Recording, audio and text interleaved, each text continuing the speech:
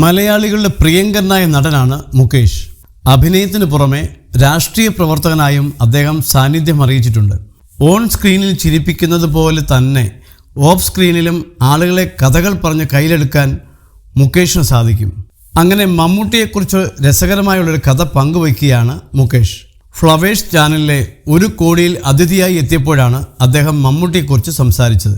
അദ്ദേഹത്തിൻ്റെ വണ്ടിയിൽ ഇനി കയറില്ല എന്ന വലിയൊരു തീരുമാനം ഞാൻ എടുത്തിരുന്നു. എന്തിന് റിസ്ക് എടുക്കണം എന്നൊക്കെ ചിന്തിച്ച് നിൽക്കുന്ന സമയം. അങ്ങനെ നിൽക്കുമ്പോൾ ഒരു ദിവസം കോഴിക്കോട് മഹാറാണിയിൽ നിന്നും ഞാൻ പുറത്തേക്ക് വരുമ്പോൾ പെട്ടിയൊക്കെയുണ്ട് കയ്യിൽ. മമ്മൂക്ക വന്നു.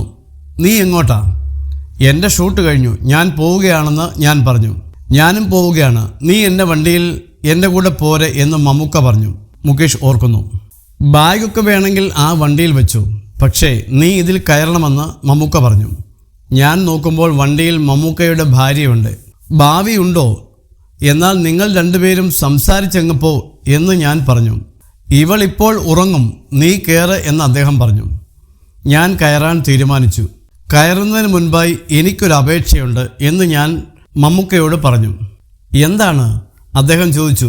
കഴിഞ്ഞ തവണയും അതിൻ്റെ മുൻപത്തെ തവണയും സാധിക്കാത്ത ഒരു കാര്യമാണ് എന്ന് ഞാൻ പറഞ്ഞു. എന്തായാലും നീ പറ, വഴിയിൽ നിന്നും എന്തെങ്കിലും വാങ്ങിത്തരണമോ? അദ്ദേഹം ചോദിച്ചു. അതൊന്നുമല്ല, എനിക്ക് കുറ്റിപ്പുറം ഒന്ന് കാണണം.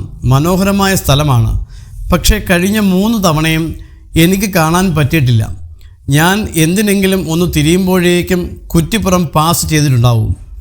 അത് കേട്ടതും ഭാവി പിന്നിൽ നിന്നും എനിക്കും കുറ്റിപ്പുറം ഒന്ന് കാണണം എന്നുണ്ട് കേട്ടോ. അതാണ് അദ്ദേഹത്തിൻ്റെ സ്പീഡ് എന്നാണ് മുകേഷ് പറയുന്നത്. മമ്മൂക്കയ്ക്ക് ഡ്രൈവറുണ്ട്. പക്ഷേ ഈ ലോകത്ത് ഏറ്റവും സന്തോഷവും സമാധാനവുമുള്ള ജോലിയില്ലാത്ത ഡ്രൈവറാണ് അദ്ദേഹത്തിൻ്റേത്.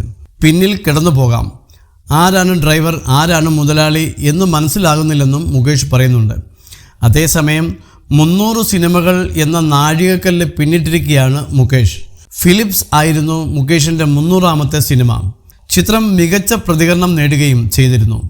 അയ്യർ ഇൻ അറേബ്യയാണ് മുകേഷിൻ്റെ ഒടുവിൽ പുറത്തിറങ്ങിയ സിനിമ. ഉർവശി, ധ്യാൻ ശ്രീനിവാസൻ, ഷൈൻ ടോം ചാക്കോ എന്നിവരും ചിത്രത്തിൽ അഭിനയിച്ചിട്ടുണ്ട്.